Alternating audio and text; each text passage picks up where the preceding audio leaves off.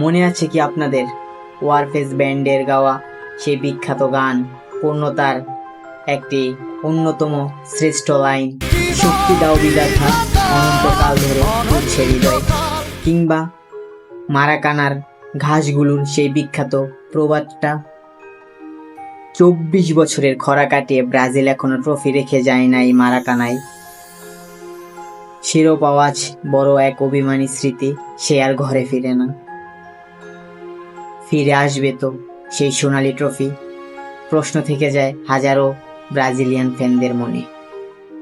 যেই টিমে একসময় খেলে গেছে রোনালদো, নাজারিও, রোনালদিনহো, কাকা, রবার্টো কার্লোস, কাফু, সেই টিমে এখন পাওয়া যায় না পর্যাপ্ত প্লেয়ার।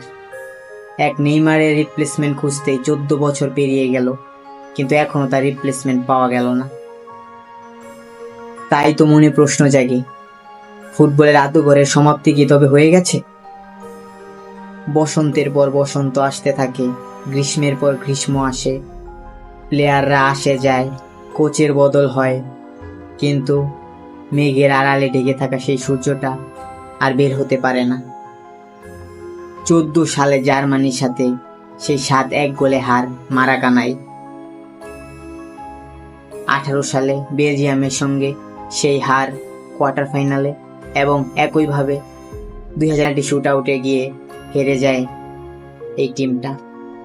হৃদয় থেকে হয় রক্তক্ষরণ, আর পৃথিবীতে নেমে আসে অবুঝ কান্না শত শত ব্রাজিল ফ্যানদের। 24 বছরের সেই অপেক্ষার অবসান কি ঘটবে তবে কার্লো আনচেলত্তির হাত ধরে? স্কলারির পাশে নামটা কি লেখাতে পারবে এই ইতালিয়ান মাস্টার মাইন্ড? রাফা, ভিনি, এনরিক, ম্যাথিউস কুনহা, এদের হাত ধরে কি তবে ফিরবে সোনালী ট্রফিটা মারাকানায়? প্রশ্ন, প্রশ্ন, প্রশ্ন। এত প্রশ্নের উত্তর দিবে শুধুমাত্র সময়। সেই স্বপ্ন পূরণের প্রথম ধাপে আজ সেলেসাওরা খেলতে নামবে মরক্কোর বিপক্ষে, নেইমারকে ছাড়া, যেখানে কিনা 2014 থেকে 22 ওয়ার্ল্ড কাপে একটা ম্যাচও নেইমারকে ছাড়া খেলা হয়নি।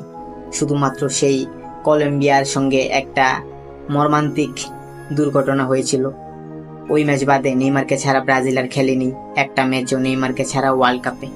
সেলেসাওদের সামনে আজ অগ্নি পরীক্ষা। আবারও মনে প্রশ্ন জাগে, উতরাতে পারবে তো ব্রাজিল এই মরক্কোকে?